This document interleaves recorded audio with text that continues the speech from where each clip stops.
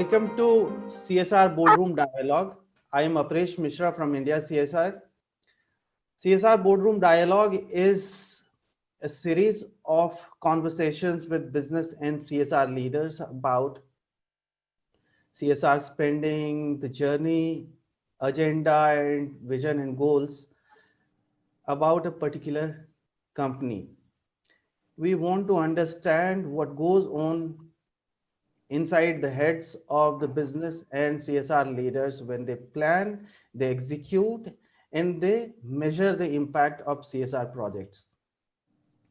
Today, we have with us Ms. Sarika Minda and Mr. Praveen Karn from Spark Minda Foundation and Spark Minda Group as well to talk about the CSR journey, their vision and objectives of CSR programs and the impact it has made over the years.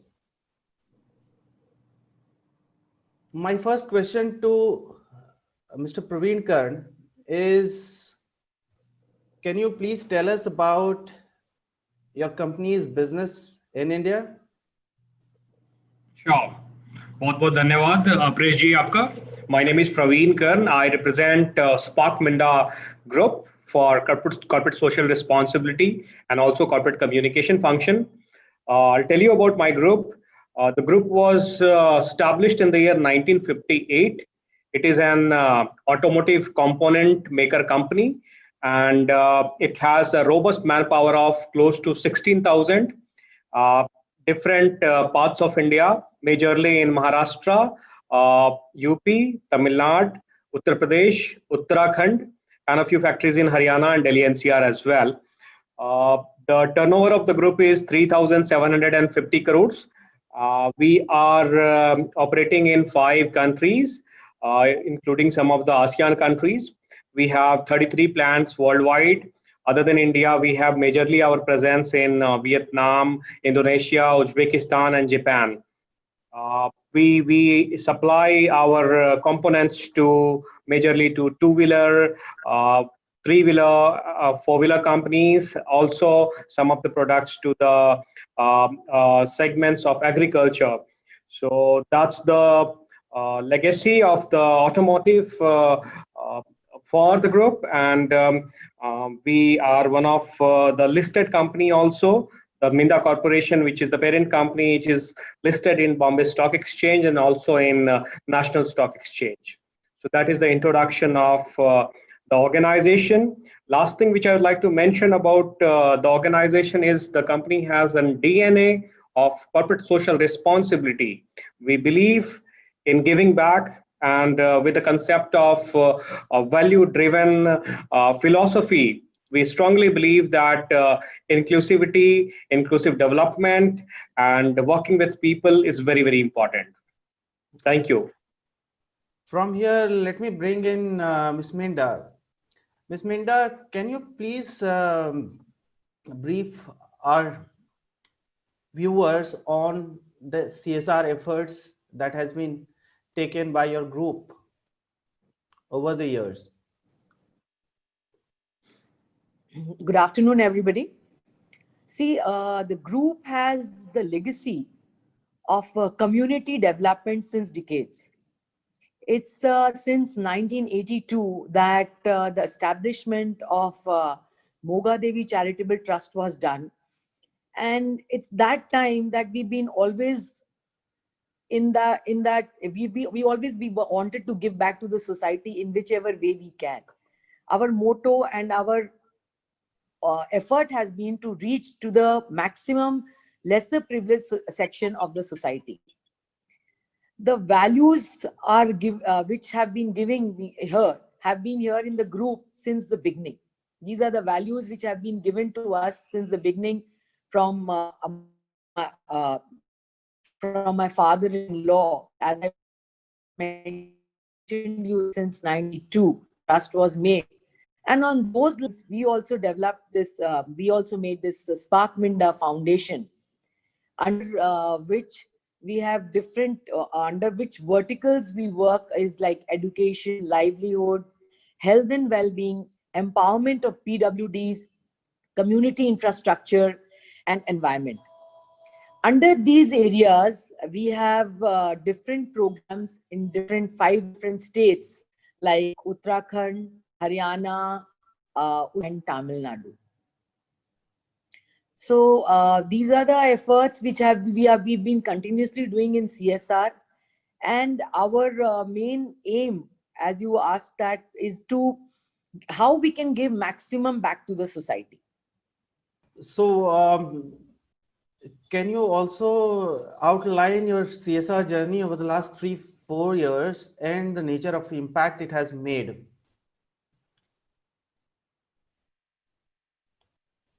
Yes, sure. Uh, Spark Minda has foundation. Spark Minda Foundation has grown throughout India since its inception, and we have under the verticals, as I mentioned you above, that under these verticals we have 7 projects in 5 different states. If you talk about our programs, our one flagship program is our Akarshan program, under which we skill the students, skill the people, try to reach to maximum number of people so for their livelihood. Under this section, Akarshans, we teach children under computers, spoken English, tally program, beauty culture, and cutting and tailoring as well. At the same time, we do industrial training, industrial cutting tailoring program, where we've collaborated with the Shahi Exports. Under whose collaboration, we have till today we have trained almost 600, and all these women are immediately impacted right after number of 45 days of training. They are directly able to earn their money for their livelihood, for their family, and for themselves.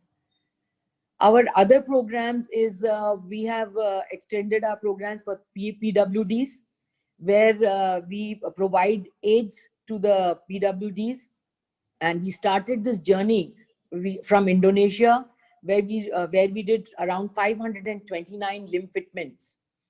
This program continued to Uri also, where we did with the Indian Army on the borders of Kashmir.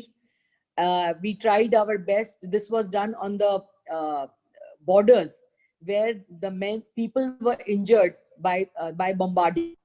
So there also we provided, we had put a camp, and we provided them with the aids.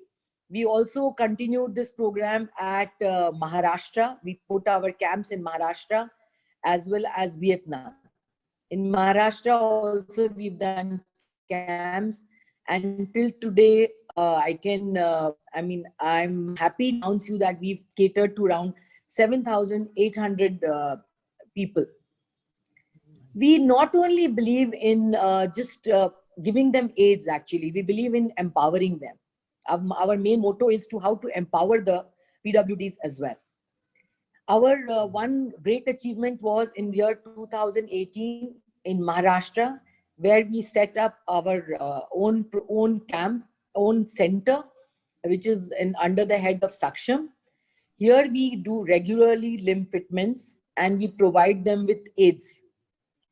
Again, as I told you, that we again believe in empowerment. So we try to teach them, we try to make them skilled, and as well as we believe in employability. So we try to give them, we train them so that they can work somewhere.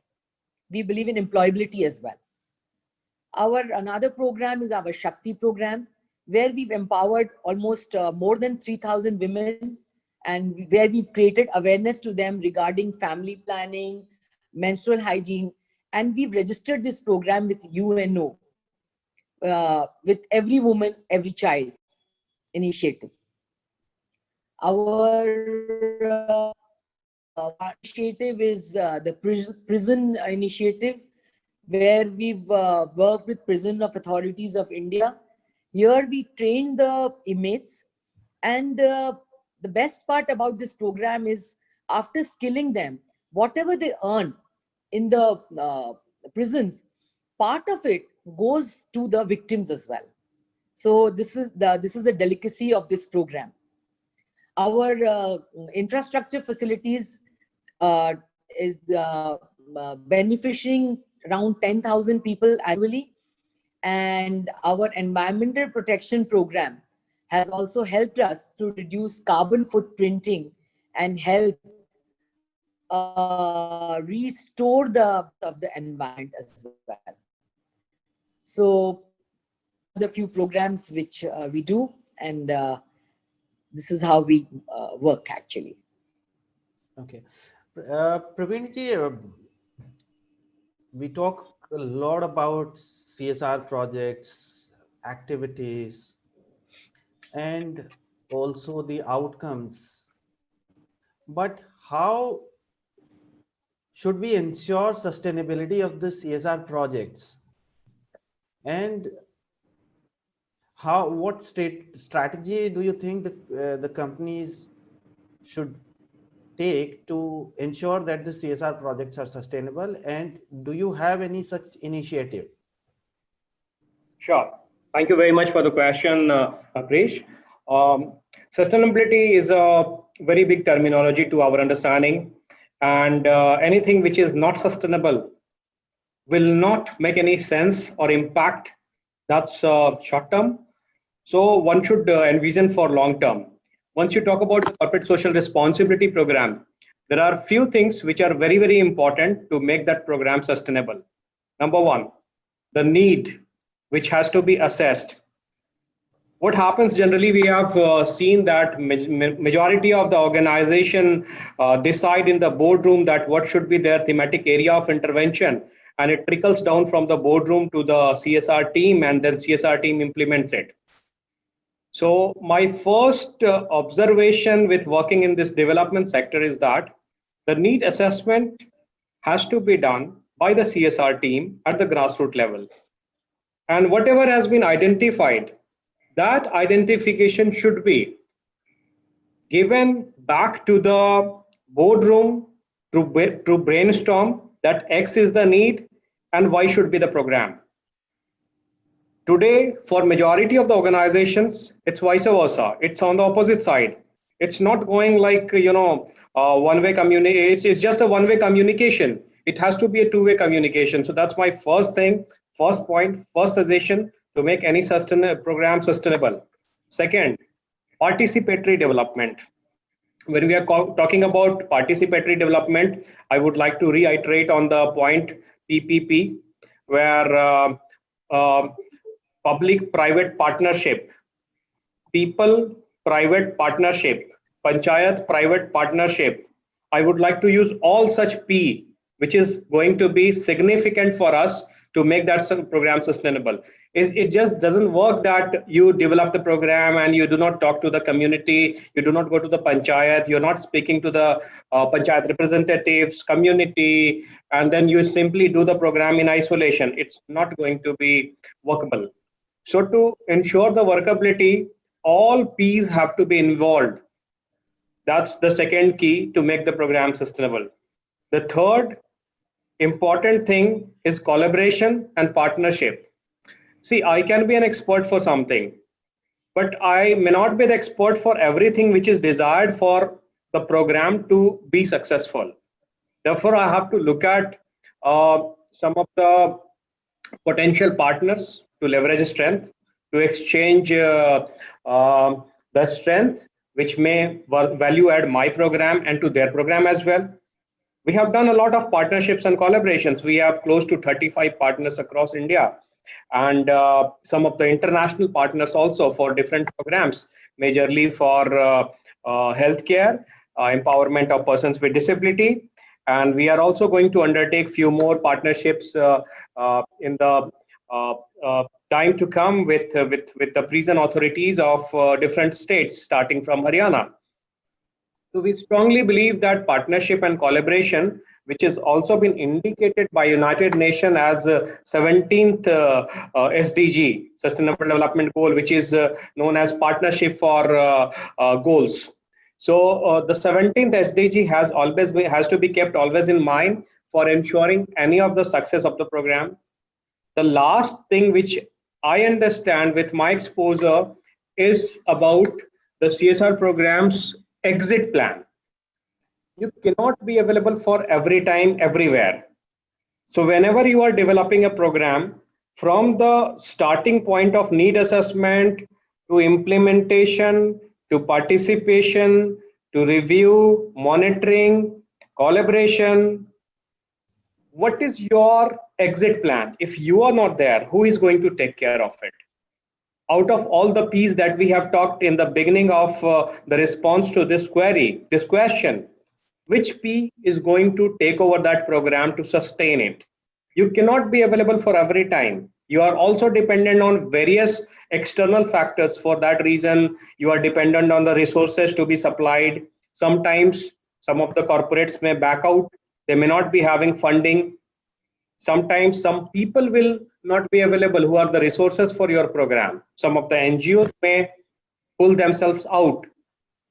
Therefore, the exit plan should always be there when we initiate the program. So these are basically 4 things which I understand is important. There are few other things also which are to be kept in mind. What is the government program? What is the SDG? We should also look at the equity and the equality factor. We should look at the vulnerable groups, that which group needs to be taken utmost care of, prioritization of the projects. And I also think the last point which I like to mention about this point is one should also look at the integration of the CSR program with business. People say in development sector that profit should not be discussed. I disagree to this point. Profit is not a bad word. If there is no profit, how would you envision about it? I understand you can do some volunteerism, you can offer some bandwidth without funding. But if a CSR can supplement to the third P out of that PPP, which is public-private partnership, and when we talk about the planet and the people and the profit, the third P, which is about the profit of the business, if your CSR is going to supplement somewhere to that profit, that would always be a sustainable CSR practice.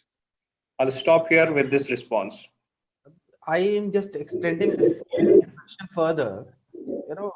When we see an education project, okay, and we compare it with a livelihood project, the sustainability varies from one direction to another. For education, if you adopt a government school and you renovate it, you have some pedagogical interventions, you bring in workbooks and other stuff. What will happen after you leave that school, after a certain years of intervention? Vis-a-vis, you have a livelihood project where you give employment opportunity to thousands of women. When you exit that program, that is always in auto mode. So how do you deal with this kind of a scenario where you really have no option? All right, so thank you for the beautiful question, Apresh. And majority of the organization look at this critical strategy, be that education program, the way you have taken example of stakeholdership. That's important. See, I entered in a school and I did some bit of work, let's suppose infrastructure work. I can construct a toilet, but I cannot maintain a toilet. To maintain that toilet, what is needed is someone who learned about it. So my role is not just to create that toilet. My role is also to capacitate the people in the school to maintain it. And for that reason, it's not just the school staff, but the children as well, that how do they use it? So that BCC, behavioral change communication, is important. Capacity building is important. You have to capacitate that stakeholder who in your absence is able to sustain that facility that you have created. And likewise, you cannot train all the teachers. You have to identify a master trainer inside the school who would further be taking care of the TOT program. If you are in a livelihood promotion program that should culminate with some bit of employment or entrepreneurship, you have to identify those models from that village, those women from that village who make entrepreneurs. And I'm sure with my experience working in development sector, I've seen you would always find there's some women, there's some people who are always your key people for ensuring that sustainability. They are your target audience. If you work with them, it's always going to work. We have to also connect the programs to the government programs. You also have to find out some of the NGOs who are supporting and supplementing these programs in that very area. So if such collectivity, if such collaboration, participation, stakeholderships, capacity building, these all things would be ensured, then the program will definitely sustain, and that should be the exit plan. Wonderful. Sarika ji, हम एक महामारी के बीच से गुजर रहे हैं। बहुत सारी कंपनियों ने अपने CSR इंटरवेंशंस का रुख महामारी के व्यापक प्रभाव को कम करने में लगाए हुए हैं। स्पार्क मिंडा ग्रुप किस तरह से इस महामारी को कम करने में अपनी भूमिका निभा रहा है? आपने बहुत अच्छा सवाल किया, क्योंकि ये जो सवाल है ये आज मेरे ख्याल से आज की बहुत ज़रूरत है। और हमने भी अपनी तरफ से कोशिश की है कि हम ज़्यादा से ज़्यादा किस तरह समाज की सेवा कर पाएं, जिन्हें हम इस पैंडेमिक टाइम से हम किस तरह ज़्यादा से ज़्यादा उपलब्धि करा पाएं। इसके लिए हम CII के साथ हमने संगठन किया, और उनके साथ हमने NGOs के साथ मिलकर उनके सपोर्ट से PWDs के शेल्टर होम्स में उनको राशन प्रोवाइड करवाया, नंबर 1। उसके बाद हमने एसोचैम के साथ मिलकर सफदरजंग हॉस्पिटल में जो हमारे स्टाफ हैं, जो कि दिन रात आज के दिन हमारे इस बीमारी से जूझने वाले लोगों की सहायता कर रहे हैं दिन रात, उनको भी हमने राशन और तथा उनके हेल्थ के लिए भी उनको भी सपोर्ट किया।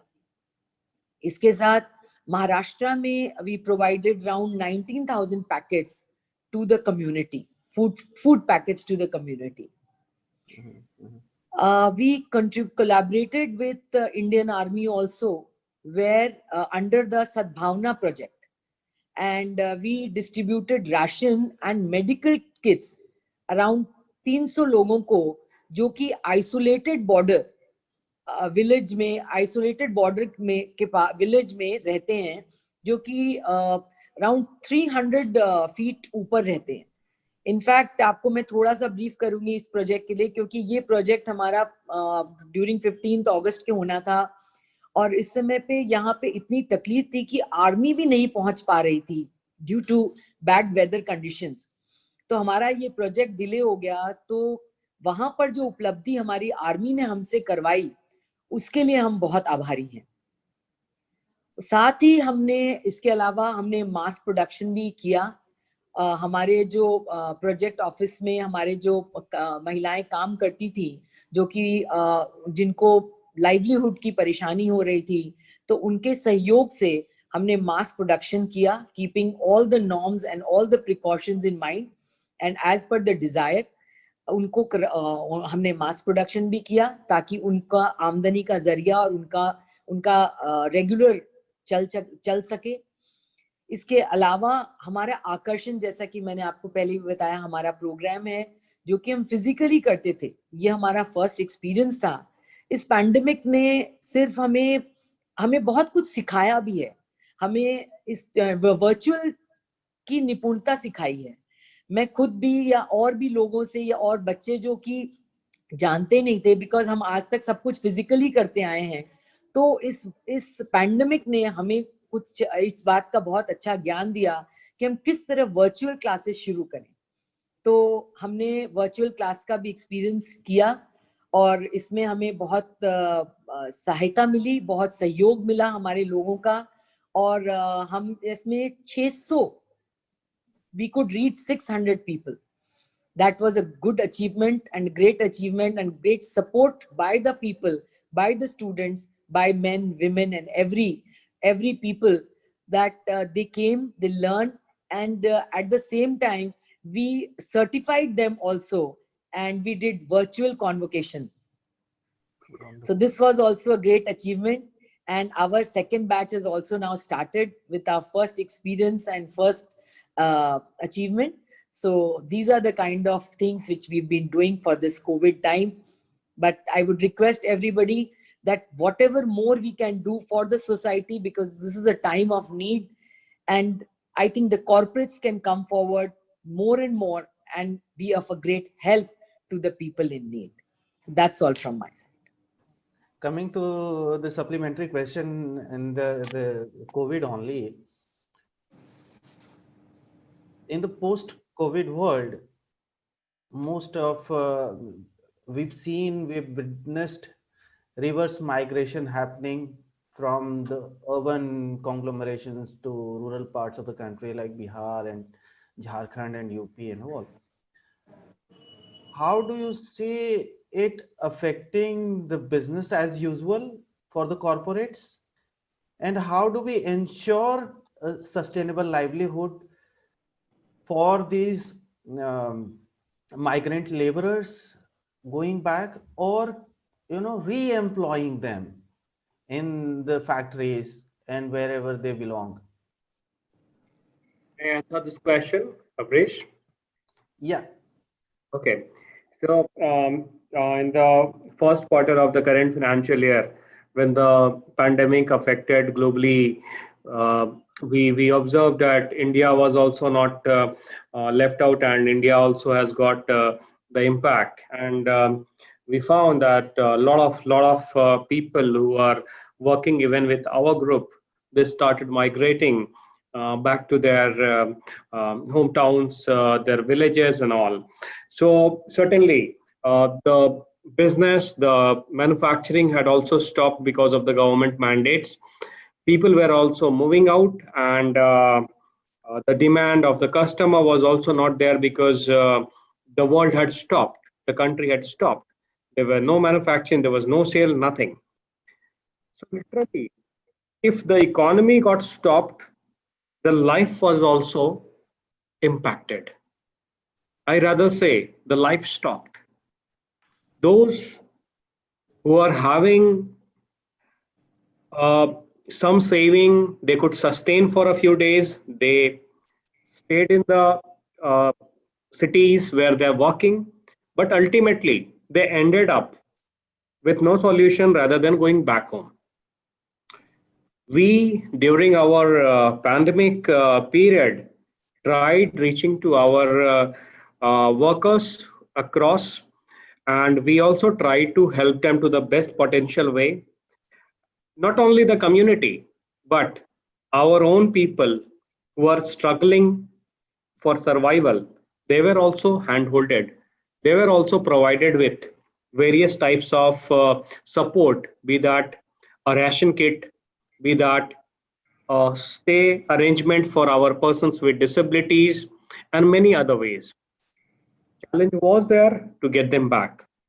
Communication is very, very important. We, throughout the pandemic, remained in touch with all our people. Unfortunately, today I can say that close to 90% people who had gone back post manufacturing had started, these people have also resumed. So we are satisfied in a way, but at the same time, the losses which has happened because of the pandemic, which has impacted their lives, their families, and all, that is non-compensatory. There are few things which are absolutely intangible, which is never compensated. So the lives which has got impacted, the education which has got troubled for the children of these people, it cannot be compensated. Whatever we are trying to do, that is something that you can call it a practice which is an effort towards holding back and sustaining the lives of all such people. Business was also impacted at the same time. So in totality, when I'm responding to your question, Apresh, I feel as if there's a lot of there's a lot of negativity in this. But yes, it resumes. The pandemic is not going to end forever. The world is effortful to it. Everybody is trying to the best of their potentials. हम भी प्रयास कर रहे हैं, सरकार प्रयास कर रही है, हमारे लोग जो हमारे यहाँ काम करते थे वो प्रयास कर रहे हैं. With all such new normals, we are trying to come back, and I'm sure the new year is likely to come. And नए साल की शुरुआत के साथ हो सकता है कि हमारे पास भी कुछ ऐसी एक खबर आए कि हमें पता चले कि कोई वैक्सीन आ गया है, या फिर लोग इस लायक हो गए हैं कि इस महामारी का सामना कर सकते हैं, तो बहुत ही अच्छी बात होगी. We look forward, we adapt, we make ourselves adaptable to the situations. That's the best part about the human beings. So we are also trying to adapt with that. We are very, very dissatisfied with the reviews that Sarika ji does to me and my team, that what are we doing with the community during the pandemic? We are not doing anything. Why have you stopped all your programs? And I have to convince every time to Sarika ji, mentioning that we cannot have a lot of people from the community because of the norms, because of the SOPs and the protocols of the government. And I literally do not get much of the answers to convince her that yes, this year 2021, I have nothing significant to show. But then she told that, Praveen, what can we do virtually? Mobilize your team to reach to the community, understand their need during this time. If your persons with disabilities are struggling, who are working in your factory, get them the ration kit, get them the stay facility, help them with transportation. And these all things started working. I would not say that we got 10 on 10. We definitely are somewhere close to 6 or 7 out of 10, but a lot to be done. Thank you, Apresh. So you mentioned a word which is a buzzword now, new normal. So how do you see the changing role of corporate social responsibility in the new normal? See, CSR itself, you talked about one buzzword. I would say the second buzzword, which was CSR before the new normal.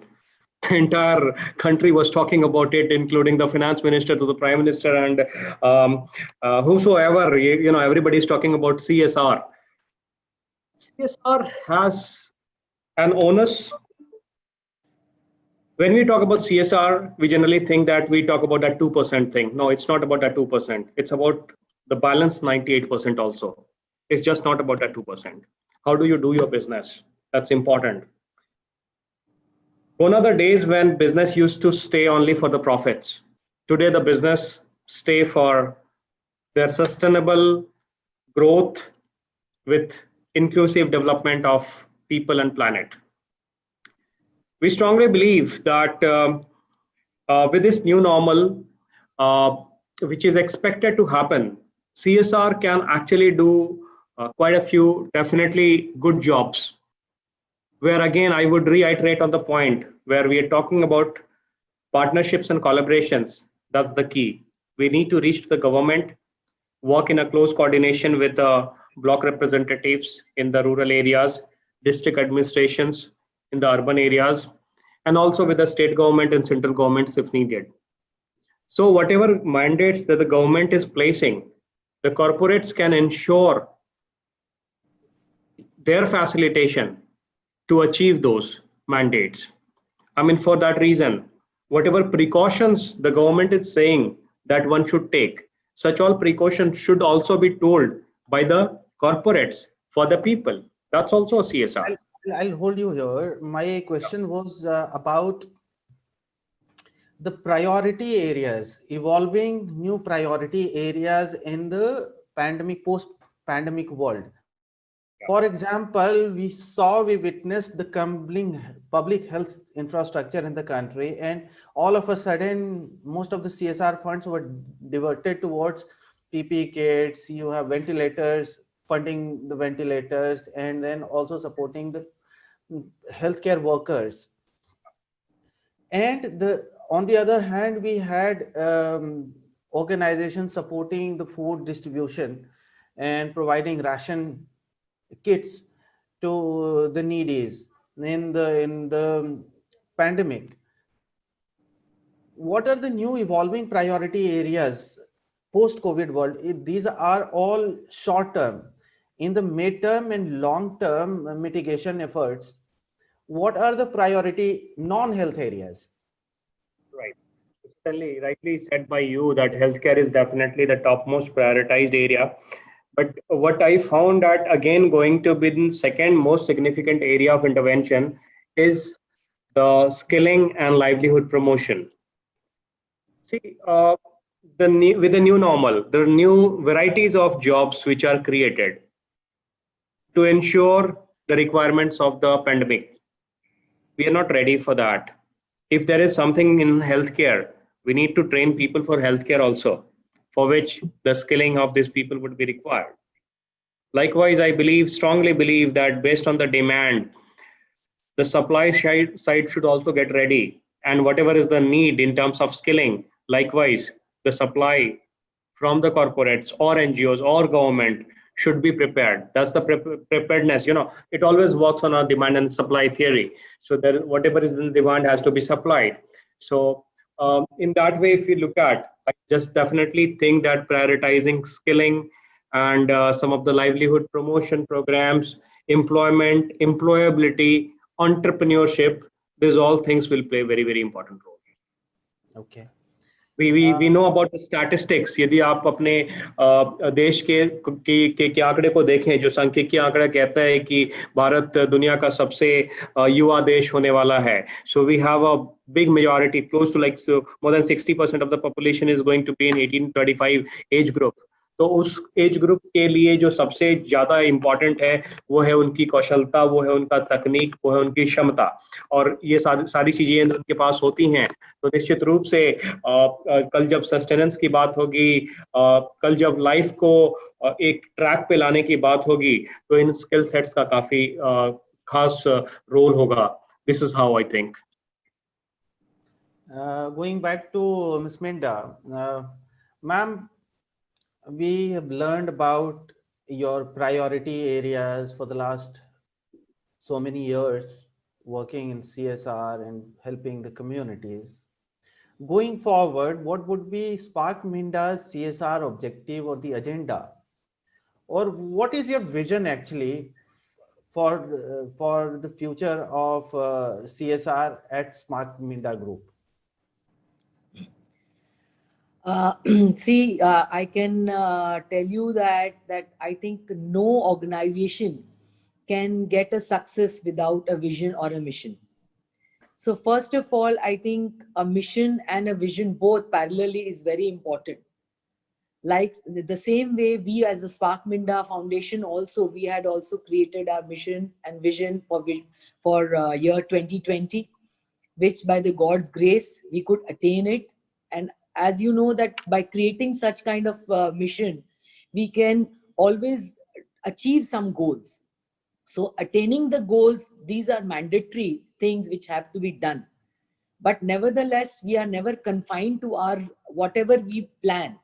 If we can do better, if we can reach to much more further, our effort is always there to we can reach to better numbers, to more numbers than what we had already visioned. Seeking that in mind, the same way we had also planned again our vision for 2025 again.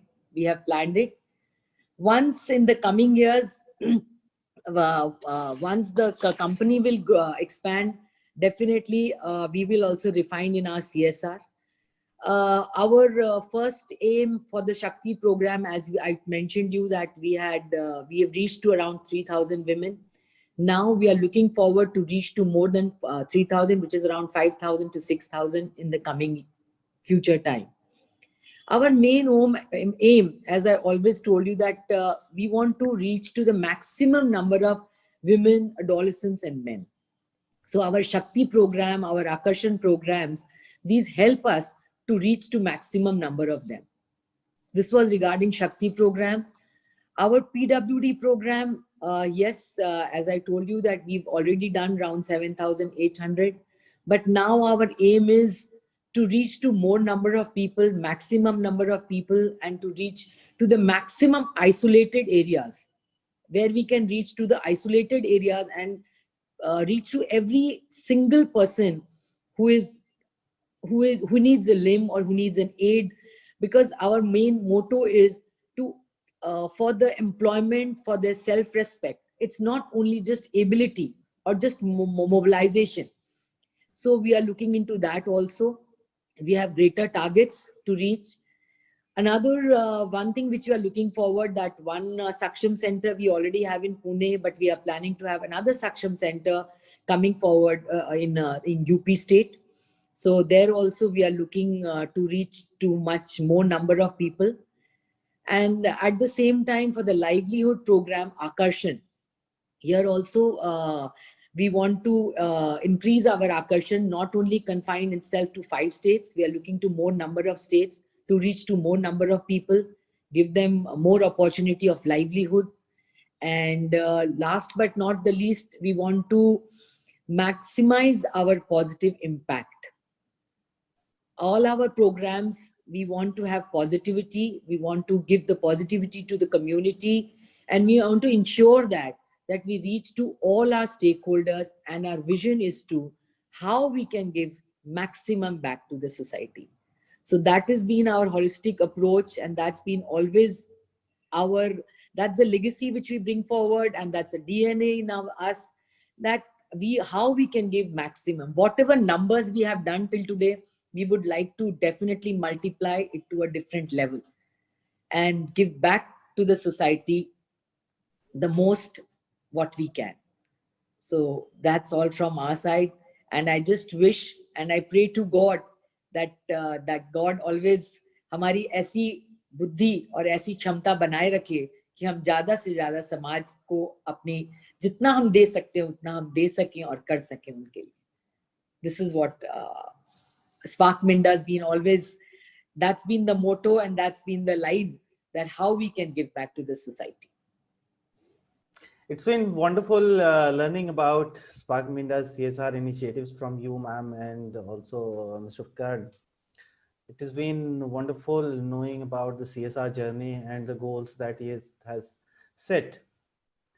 However ambitious it looked like, it will be achieved, I hope. Thank you very much for joining us. Thank you all. Thank you so much. It was my honor. Thank you. Thank you. Thank you, Hussein, for conducting this session with us, and we look forward for such all positivities and collaborations, partnerships, opportunities. We have to change the world. The pandemic is not going to last long. So we, on behalf of Spark Minda Foundation, Spark Minda Group, we would also like to thank India CSR for having this session with us. Thank you. Thank you, India CSR. Thank you.